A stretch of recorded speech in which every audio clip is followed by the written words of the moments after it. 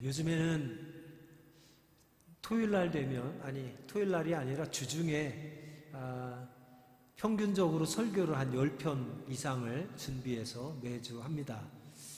주일 설교는 일주일 동안 계속해서 묵상하면서 설교 준비를 하는데요.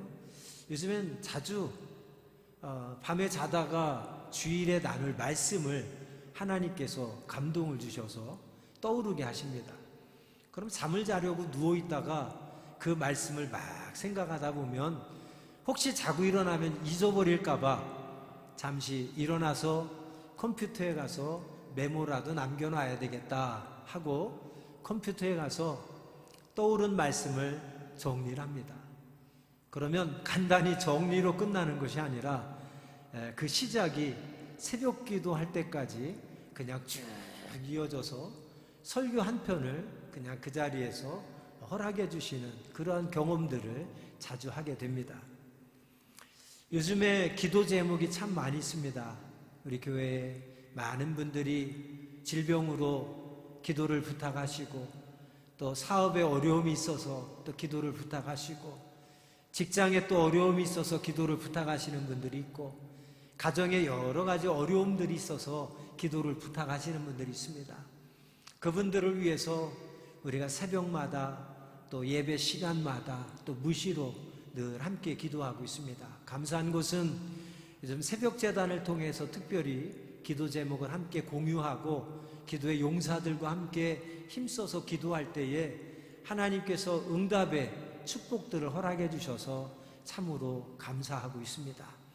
아직 응답되어지지 않은 것들은 우리가 계속해서 믿음을 가지고 기도하고 있습니다만, 오늘 간증한 우리 김솔지 악대원 얼마 전에 기도 부탁을 해와서 우리가 새벽마다 함께 기도하고, 또 우리 전체 교인들 카톡방에 기도 제목을 함께 공유해서 모든 교인들이 함께 믿음 가지고 기도할 때에 하나님께서 우리의 믿음의 기도를 들으시고 아주 급속하게 신속하게 놀라운 기적과 같은 은혜들을 허락해 주셔서 날마다 간증하고 감사로 하나님 앞에 눈물을 흘려 고백할 때에 제가 부탁을 했습니다. 그 하나님께서 베푸신 은혜와 사랑을 그냥 혼자 감사하고 눈물을 흘려 고백할 것이 아니라 우리 교인들과 함께 나눴으면 좋겠다라고 부탁을 했습니다. 우리 김솔지 자매의 특징이 이 앞에 서면 말을 못하고 울기부터 하는데 오늘은 안 울고 아주 잘했습니다. 제가 한 주간 동안 간증 부탁하고 계속 두려워하길래 기도를 했습니다만, 그래도 앞에 서서 얘기하는 거 정말 못하는데 사관님 말씀하셔서 그냥 순종하겠습니다 하고 오늘 간증을 했는데, 아주 조금 떨긴 했던 것 같습니다만 울지도 않고 이렇게 은혜로운 간증 나눠주셔서 감사드립니다. 무엇보다도 담임사관 부탁했을 때에 참 두렵고 부담스러운 자리지만 순종해 주셔서 감사드립니다.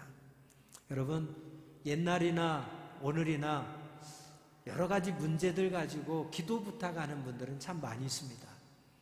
그리고 여러분의 문제들을 가지고 하나님 앞에 작정하고 내가 기도해야 되겠다라는 마음을 먹고 기도를 시작하시는 분들은 참 많이 있습니다. 그런데 목회를 하면서 이렇게 여러분들의 삶을 지켜보면 기도는 시작했지만 오래가지 못해서 기도를 중단하거나 포기하는 분들이 참 많이 있습니다. 왜 그럴까요? 기도가 쉽지 않거든요. 참 피곤합니다. 지칩니다. 그래도 하나님께서 즉각적으로 응답해 주면 너무너무 감사하고 너무너무 신기로워서 그래서 신이 나가지고 더 기도에 우리가 전심할 수 있지만, 아무리 기도해도 아무런 변화가 없고 응답되어지는 것 같지 않을 때에 우리는 기도하다 지치거든요. 그래서 피곤함을 느끼게 되고 중간에 포기하는 분들을 참 많이 보게 됩니다. 그런데 오늘 본문 1절 말씀에 보면 예수님께서 오늘 본문 말씀을 우리에게 들려주시는 목적에 대해서 말씀하고 있습니다. 오늘 본문 말씀을 왜 우리에게 들려주시느냐, 그 이유 1절에 나와 있습니다.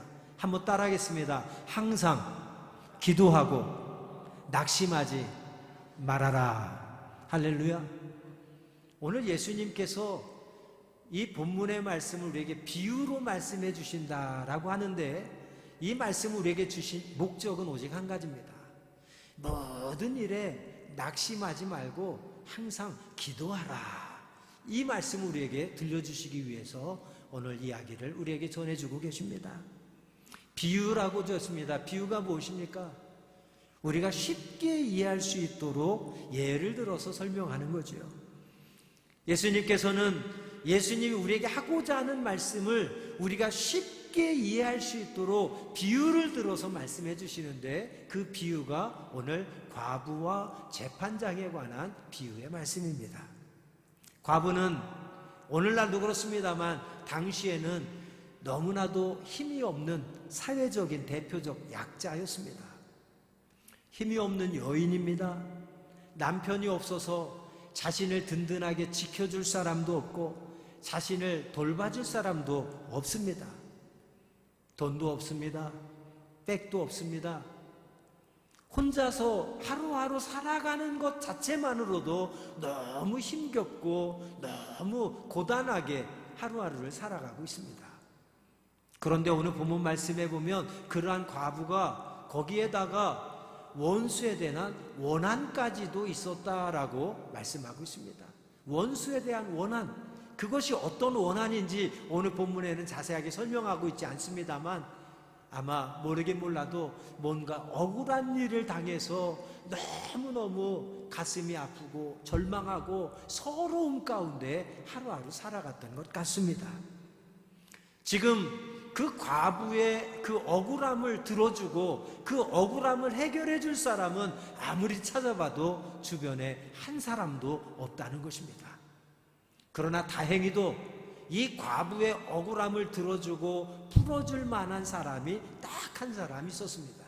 그 사람이 누구냐면 재판장이었습니다. 왜 재판장만이 과부의 안타까움을, 그의 억울함을 들어주고 해결해 줄 수 있었을까요? 그것은 당시에 특별보호법이 있었는데, 당시에는 과부나 고아나 아니면 나그네들을 위한 특별보호법이 있었습니다. 그게 뭐냐면 그들을 특별하게 관심 갖고 돌봐주지 않으면 그들의 생존이 위험하기 때문에 그들의 생존을 위해서 특별보호법을 제정해서 과부나 고아나 나그네 같은 사람들을 특별히 보호해주는 법이 있었습니다. 그들을 특별히 보호해 줄 수 있는 그 권한이 누구에게 있었느냐? 바로 재판관들에게 있었던 것입니다. 그래서 본문에 등장하는 과부는 자신의 억울함을, 자신의 원한을 재판장에게 찾아가서 이제 하소연을 하고 간청을 해서 그 문제를 해결해 달라고 할 수 있는 희망을 갖게 되었던 것입니다. 그런데 이게 어찌 된 일입니까?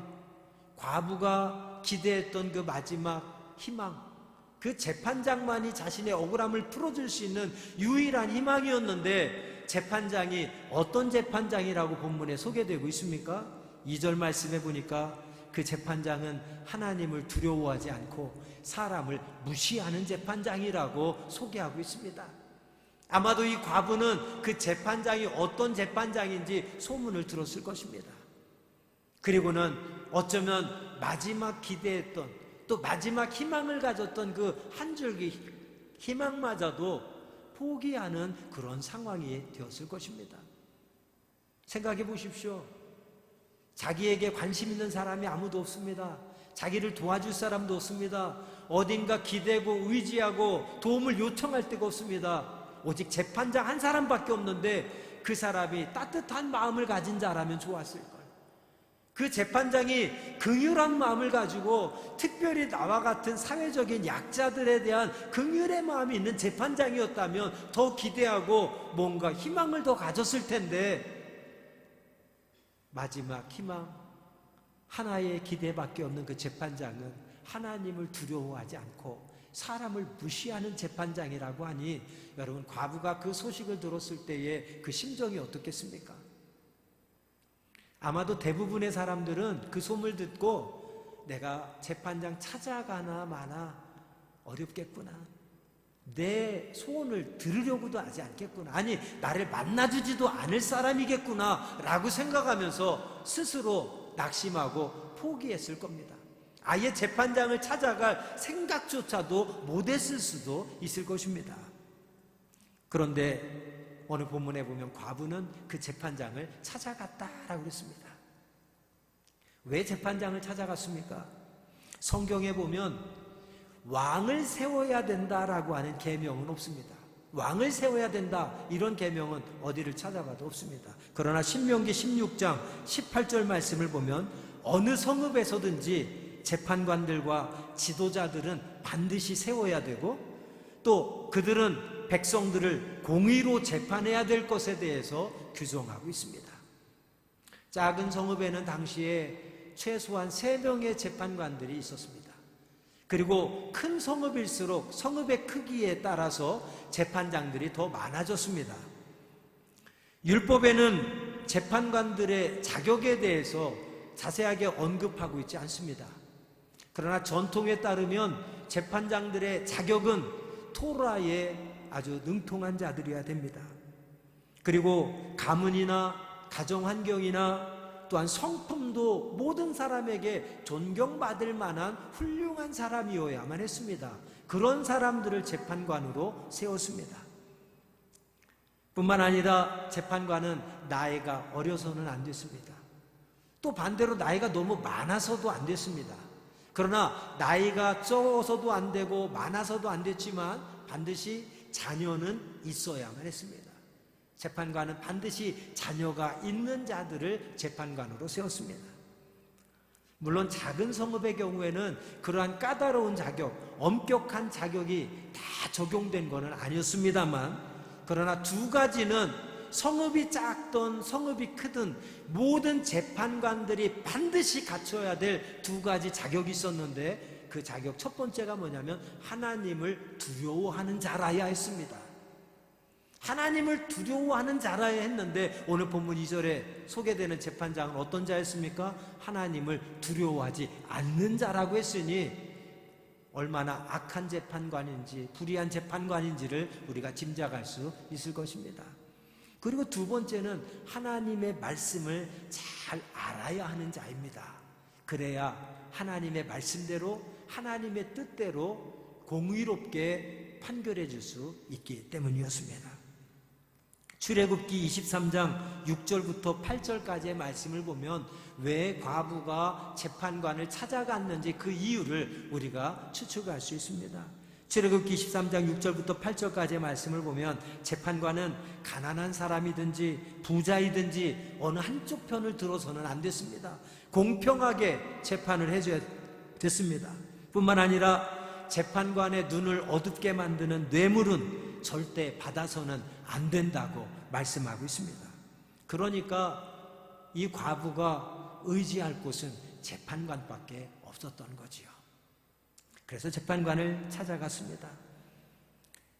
그런데 재판관은 하나님을 두려워하지 않고 사람을 무시하는 재판관이라고 했으니 얼마나 불의한 재판관이고 악한 재판관이겠습니까?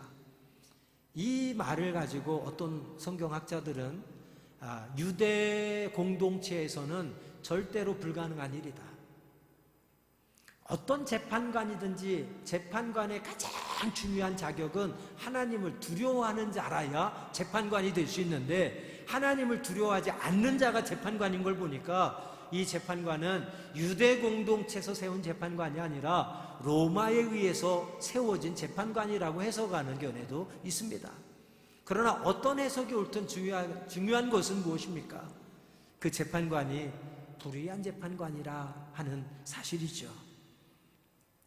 하필이면 과부가 마지막 기대를 가지고 마지막 희망을 걸었던 그 재판관이 불의한 재판관이라고 하는 것. 그러나 과부는 재판관을 찾아갑니다.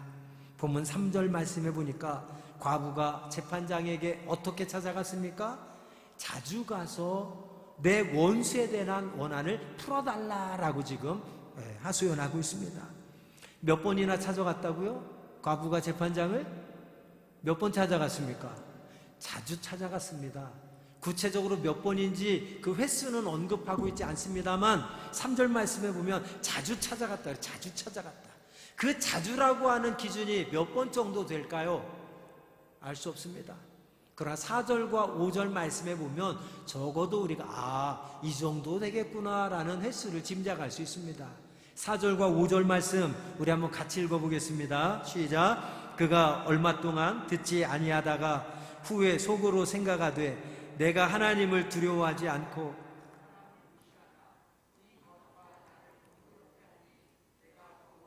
풀어주리라. 그렇지 않으면 늘 와서 나를 괴롭게 하리라 하였느니라.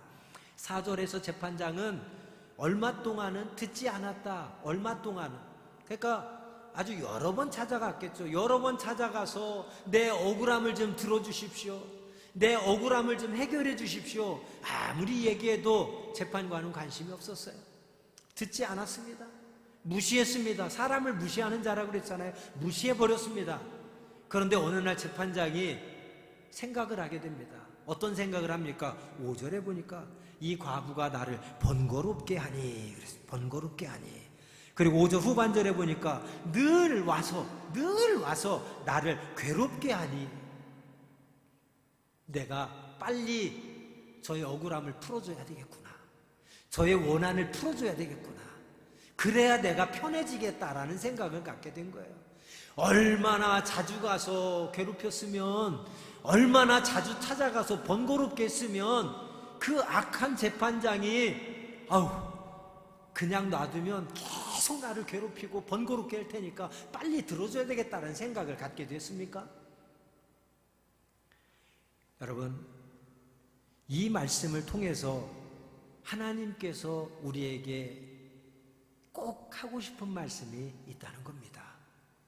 이 말씀을 통해서 이 시간 여러분들이 꼭 들었으면 좋겠다는 말씀이 있습니다. 이 비유의 말씀을 통해서 이 시간 하나님이 여러분이 꼭 깨달았으면 좋겠다라고 하는 사실이 있습니다. 그것이 무엇입니까? 이 말씀을 통해서 이 시간 하나님께서 여러분에게 꼭 하고 싶은 말씀을 들으시기를 바랍니다. 이 말씀을 통해서 하나님께서 이 시간 여러분이 꼭 깨달았으면 좋겠다는 그 깨달음을 얻게 되길 주의 이름으로 축원드립니다. 그것이 무엇입니까? 세 가지로 간단히 생각해 보고자 합니다. 첫 번째는 과부가 처한 상황입니다. 과부가 어떤 일을 청했습니까?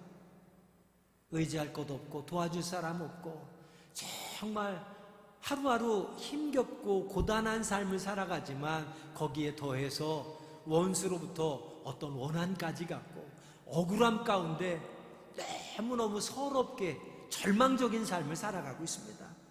누구 하나 도와줄 사람도 없어요. 누구 하나 그를 돌아보지도 않습니다. 그에게 유일한 희망은 오직 재판장 한 사람에게만 있었습니다. 여러분, 이 상황이 혹시 우리의 상황이 아니냐 하는 것입니다. 어쩌면 오늘 과부가 처한 상황은 우리가 처한 상황을 대변해주고 있지 않는가 하는 생각을 이 시간 가져봅니다. 여러분, 요즘 많이 힘드시죠? 참 제가 봐도 요즘 여러 가지 사업으로, 직장으로, 가정의 여러 가지 문제들로 또는 육신의 질병으로 너무너무 힘겹게 살아가는 분들이 계십니다. 어쩌면 어느 과부가 처한 환경, 그 삶의 문제는 다르지만 오늘 우리들도 어쩌면 과부가 처한 환경처럼 너무너무 낙심되고 너무너무 좌절하고 눈물 나고 답답하고 한숨 쉬고, 아까 우리 김솔지 자매 간증했던 것처럼 하나님 왜 하필 또 우리에게, 우리 아빠에게 왜 하필 이런 일이 우리 가족에게, 우리에게 이렇게 하나님 앞에 원망하며 불평하는 분들도 있을 것입니다. 그런 분들에게 우리 주님은 이 말씀을 통해서 말씀하십니다. 과부에게 오직 희망은 재판장 한 사람밖에 없었듯이 우리에게 희망은 오직 예수 그리스도 한 분에게만 있는 줄로 믿으시기 바랍니다. 다른 것에 관심 갖지 말고, 다른 것에 희망 찾지 말고, 다른 것으로 문제 해결하지 말고, 우리 모든 문제의 해결자는 오직 예수 그리스도밖에 없음을 알라는 것입니다. 그래서 그 예수님께 소망을 두라는 겁니다. 그 예수님께 찾아와서 낙심하지 말고 기도에 힘쓰라는 말씀을 우리에게 주고 있습니다. 두 번째로 생각해 볼 것은 과부가 취한 행동입니다. 그러한 환경 속에서 과부가 어떤 행동을 취했습니까? 한마디로 말하면 과부는 인간적인 방법으로 문제를 해결하고 하지 않았다는 것입니다. 또한 세상적인 방법으로 그 문제를 해결하려고 하지 않았다는 것입니다. 과부가 만약에 인간적인 방법으로, 세상적인 방법으로 문제를 해결하고 했으면 어떻게 했을까요? 언뜻 생각해 볼 때 한 두 가지를 들 수 있겠습니다. 네, 저 재판관이 불의한 재판관이라고 하니까 틀림없이 돈을 좋아할 거야. 내가 어떻게든 돈을 좀 마련해가지고 저 재판관에 가서 뇌물을 좀 줘야 되겠다.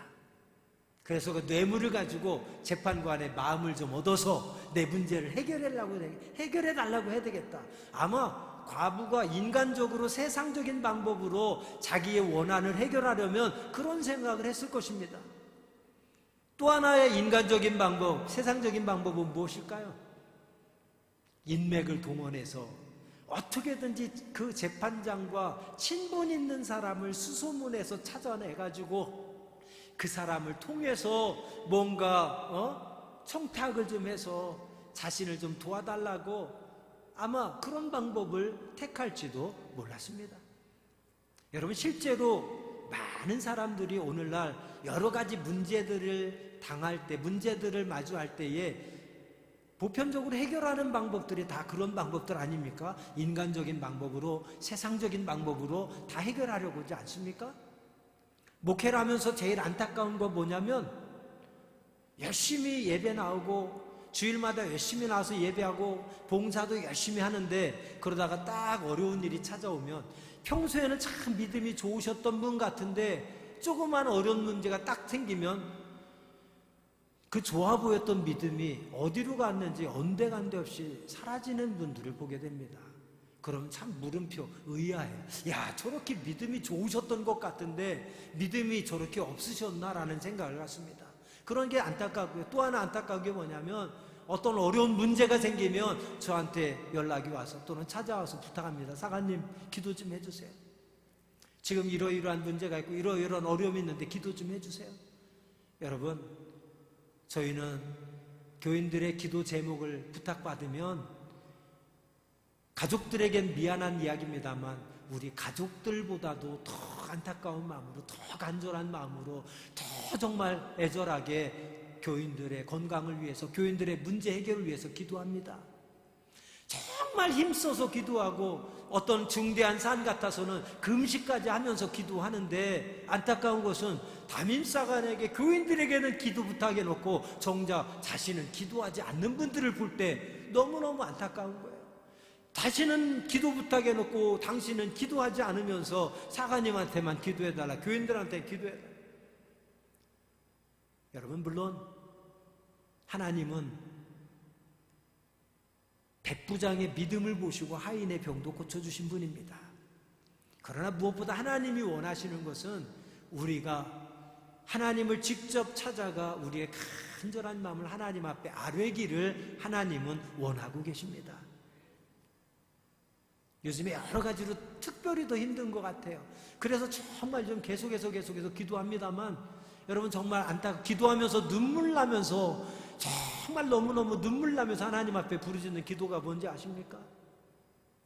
저렇게 힘들다고, 저렇게 어렵다고 하셨는데 그 어느 때보다 지금도 하나님 앞에 힘써 나와서 하나님 앞에 더 힘써 매달리고 하나님 앞에 더 힘써 부르짖어야 되는데 말로는 어렵고 힘들다고 하는데 하나님을 찾지도 아니하고 예배 자리에 나오지도 아니하고 기도의 자리에 나오지도 아니하고 전혀 기도하지 않는 모습들을 볼 때에 여러분, 인간적으로 죄송합니다. 인간적으로 무슨 생각이 되냐면 하나님, 아직 약한 것 같습니다.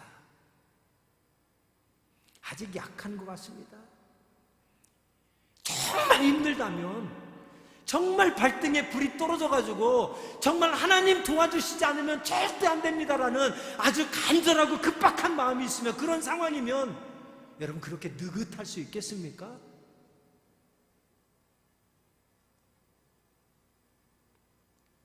오늘 이 말씀을 우리에게 주시는 이유가 무엇입니까? 인간적인 방법으로, 세상적인 방법으로 문제를 해결하려 하지 아니하고 하나님 앞에 나와서 응답받을 때까지 기도의 끈을 놓지 않고 믿음 포기하지 않고 주님 앞에 응답받을 때까지 계속해서 부르짖으라고 하는 말씀을 우리에게 주고 계신 것입니다. 오늘 말씀을 통해서 우리의 기도가 회복되었으면 좋겠습니다.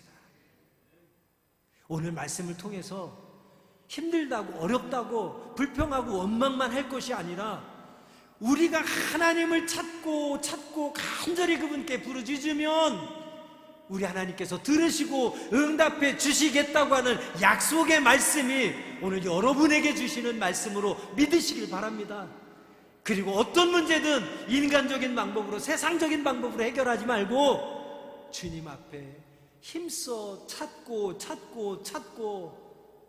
여러분 응답 받을 때까지 주님께 부르짖으시기 바랍니다. 그러면 하나님께서 응답해 주시겠다고 오늘 약속하고 있습니다. 5절, 6절, 7절 보세요. 이 과부가 나를 번거롭게 하니 내가 그 원한을 풀어주리라. 그렇지 않으면 늘 와서 나를 괴롭게 하리라 하였느니 주께서 또 이르시되 불의한 재판장이 말한 것을 들으라. 6절 말씀 아주 중요합니다. 주께서 또 이르시되 불의한 재판장이 말한 것을 들으라. 여러분 오늘 이 6절의 말씀이 저와 여러분에게 주시는 말씀으로 받으시기 바랍니다. 이 말씀을 들으라. 이 말씀이 누구 다른 사람 들으라는 게 아니에요. 오늘 여러분이 들으라는 겁니다. 이 말씀을 들으시길 바랍니다. 어떤 말씀을? 7절 하물며 하나님께서 그 밤낮 부르짖는 택하신 자들의 원한을 풀어주지 아니하시겠느냐. 들으라는 거예요. 무엇을?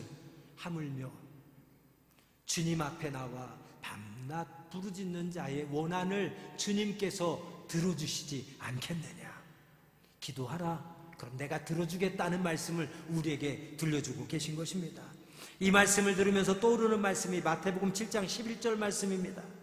너희가 악한 자라도 좋은 것으로 자식에게 줄 알거든 하물며 하늘에 계신 너희 아버지께서 구하는 자에게 좋은 것으로 주시지 않겠느냐. 악한 자도 자녀에게는 좋은 것 줄 안다. 마태복음 7장 11절에도 그 단어가 나오죠. 하물며. 세상의 악한 부모도 자기 자식에게는 좋은 것 줄 아는데 하물며 하늘에 계신 너희 아버지께서 자녀된 너희들에게 좋은 것 주시지 않겠느냐. 불의한 재판관도 끊임없이 찾아와서 간청하는 과부의 원한을 풀어줬는데 하물며 하늘에 계신 너희 아버지께서 자녀된 너희들의 원한을, 너희들의 기도를 들어주시지 않겠느냐. 할렐루야. 오늘 이 말씀을 우리에게 주시는 거예요. 2주 전에 우리가 욥기의 말씀 생각나십니까? 2주 전 주일 성결의 말씀, 이 때를 위한 믿음이라는 제목으로 욥기 1장 말씀 가지고 나눴습니다. 그 말씀의 핵심이 무엇이었습니까? 욥은 동방에서 제일 가는 최고의 부자였습니다. 그런데 하루아침에 그 재산을 외세 침략에 의해서 다 빼앗겨버립니다. 동방에 제일 가는 부자였지만 그 엄청나게 많은 재산을 하루아침에 다 빼앗겨버렸습니다. 그리고 자녀가 10명이나 있었습니다. 그런데 집이 무너져서 10명의 자녀가 그 무너진 집에 깔려서 하루아침에 다 죽게 되었습니다. 여러분 생각해 보세요. 여러분이 만약 욥이라면 그 상황에서 어떻게 하시겠습니까? 그때도 얘기했습니다만 많은 사람들이 예수 믿는다고 하면서도, 그리스도인이라고 하면서도 그런 어려움이 닥치면 그 괴로움을 인간적인 방법으로 해소하는 분들이 많아요. 많은 분들이 술을 찾고 술로 괴로움을 달래고 술로 그 괴로움을 해소하려는 사람들이 많이 있습니다. 아니면 차 끌고 휙 떠나서 바람 쐬러 간다고 해서 한 바퀴 휙 바람을 쐬면서 해소하려는 사람들이 정말 많이 있습니다. 아니면 다른 인간적인 방법, 세상적인 방법으로 그 괴로움을 달래보려고 하는 사람들이 얼마나 많은지 몰라요. 그러나 욥은 어떻게 했습니까? 그 상황에서 욥은 그 모든 참다한 심정을 가지고, 정말 애끓는 심정을 가지고, 너무너무 괴롭고 고통스러운 그 마음을 가지고 어디에 갑니까? 하나님 앞에 나와 옷을 찢고 하나님 앞에 엎드려서 그 참담하고 괴로운 고통을, 그 심정을 예배에다가 다 쏟아놓은 줄로 믿습니다.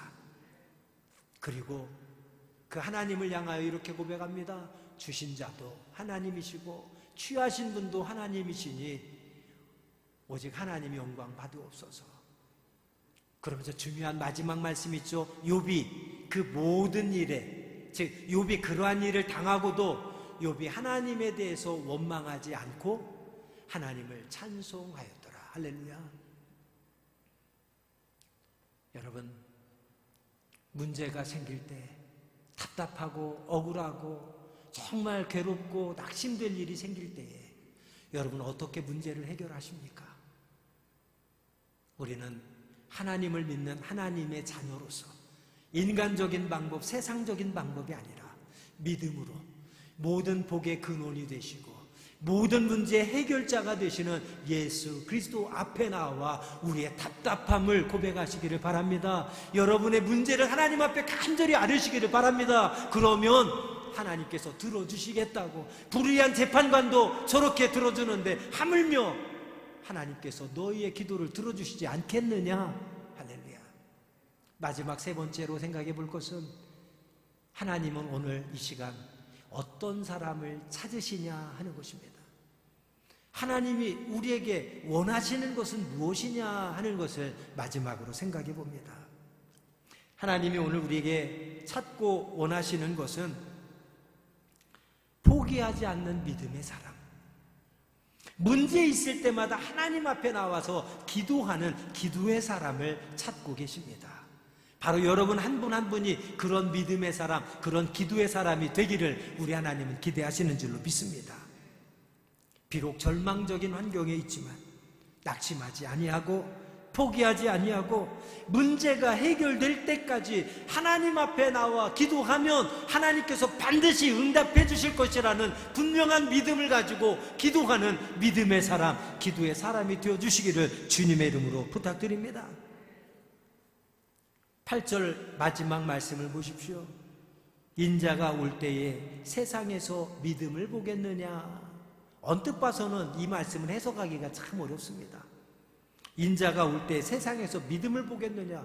믿음이 없이는 하나님을 기쁘시게 할 수 없다고 했는데, 하나님이 보시는 것은 믿음이라고 그랬는데 왜 믿음을 보겠느냐라고 말씀하시지? 이게 무슨 말이냐. 말세에는 믿음 있는 자들이 없다는 거예요. 말세에는 이렇게 하나님을 향하여 믿음 가지고 기도하던 자들을 찾아보기가 힘들다고 하는 것입니다. 여기서 말하는 믿음은 바로 과부가 보여준 그러한 믿음을 이야기합니다. 절망적인 상황에서도 낙심하지 아니하고 포기하지 아니하고 하나님을 찾아 하나님 앞에 간절히 응답받을 때까지 포기하지 아니하고 끊임없이 기도하는 믿음의 사람, 기도의 사람, 하나님은 그 사람을 찾고 계신다는 사실입니다. 사랑하는 여러분, 말세의 사람들은 너무나도 바쁩니다. 요즘 현대인들 너무너무 바쁩니다. 너무 급합니다. 또 너무너무 조급해합니다. 무언가 빨리 이루려고 합니다. 아주 작은 것에도 참고 견디지 못합니다. 그래서 말세에는 믿음이 없는 신자들이 많을 것이기 때문에 하신 말씀입니다. 바로 그때에 주님이 찾으시는 한 사람, 하나님을 향한 믿음이 있는 자요, 하나님 앞에 기도하면 반드시 하나님은 응답해 주시는 분이라는 사실을 믿는 자를 우리 하나님은 찾고 계신다는 말씀입니다. 사랑하는 여러분, 여러분은 어떤 문제들을 가지고 좀 힘들어하고 계십니까? 그 문제들 때문에 기도해야 되겠다라고 한번 생각해 보셨습니까? 그리고 내가 기도하면 하나님은 반드시 응답해 주실 것이라는 믿음이 여러분 가운데 있습니까? 설령 기도해도 응답해 주지 않는다면 그럼에도 불구하고 나는 응답 받을 때까지 기도의 끈을 놓지 않고 끝까지 포기하지 않고 기도하겠다고 하는 그런 열정이 여러분 가운데 있습니까? 하나님은 여러분 한 분 한 분을 너무너무 사랑하십니다. 그래서 은혜 주시길 원하고, 여러분의 문제를 해결해 주시길 원하고, 여러분들의 마음의 소원을 이루어 주시길 원합니다. 그래서 오늘 이 말씀을 저를 통해서 여러분에게 전해 주신 줄 믿습니다. 이 말씀을 통해서 이 믿음 가지라고요. 이러한 기도의 사람이 되라고요. 여러분의 문제들을 인간적인 방법, 세상적인 방법 해결하려고 노력하지 말고 하나님 앞에 나와 믿음으로, 기도로 아뢰라고요. 그러면 내가 들어주겠다 약속하십니다. 오늘 말씀을 묵상하면서 다 함께 마지막 찬양 함께 드리겠습니다.